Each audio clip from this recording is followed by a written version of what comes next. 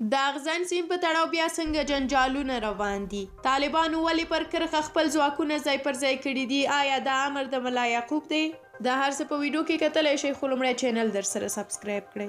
د افغانستان له نیمروز ولایت څخه را رسیدلي راپورونه وایي چې لا هم د دغه ولایت په چهابرجک ولسوالۍ کې د طالب او پاکستاني ځواکونو ترمنځ وضعیت ترینګلی دی.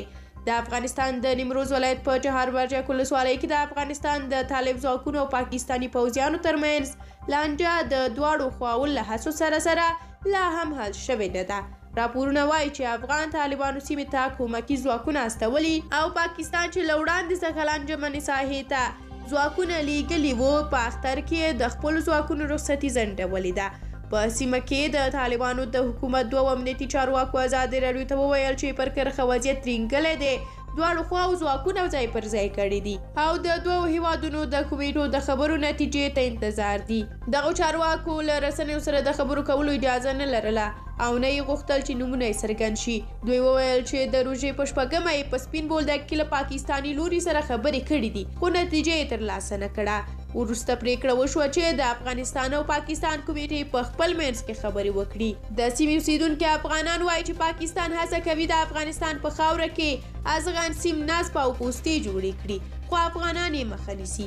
پاکستان بیا وایي چې ازغن سیم د ګوګل ماپ یا د ګوګل د نقشې پر اساس تیروي. د سیمې یوه اوسیدونکی میر محمد ازادي راډیو ته وویل چې 4 ورځې وړاندې پاکستان بریدونه وکړل، نن معلومات نه لرم.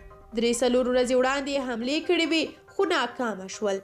پر ډیورنډ کرښه چې 2400 کیلومتره اوږدوالی لري، افغانستان او پاکستان اختلاف لري. دا کرښه چې په 1893 کال برټانیې افسر مورتمر ډیورنډ کښلې وه، د اوسني پاکستان د خیبر پښتونخوا او بلوچستان ایالاتونو او د افغانستان د 10 ولایتونو ترمنځ تیره شوې ده. باید یادونه وکړم چې مخکې تر دې څو ځله طالب ځواکونو او پاکستاني پوځیانو د اغزن سیم پر سر نښتې کړې وې او څو ځله د همدغه نښتو له امله ملا یعقوب هم هلته سفر وکړ.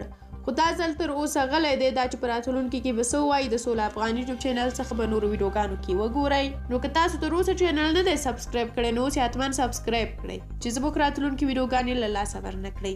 تر بیا چې زه په بلې ویډیو کې راګرځم تاسو ته تازه خبرونه راوړم.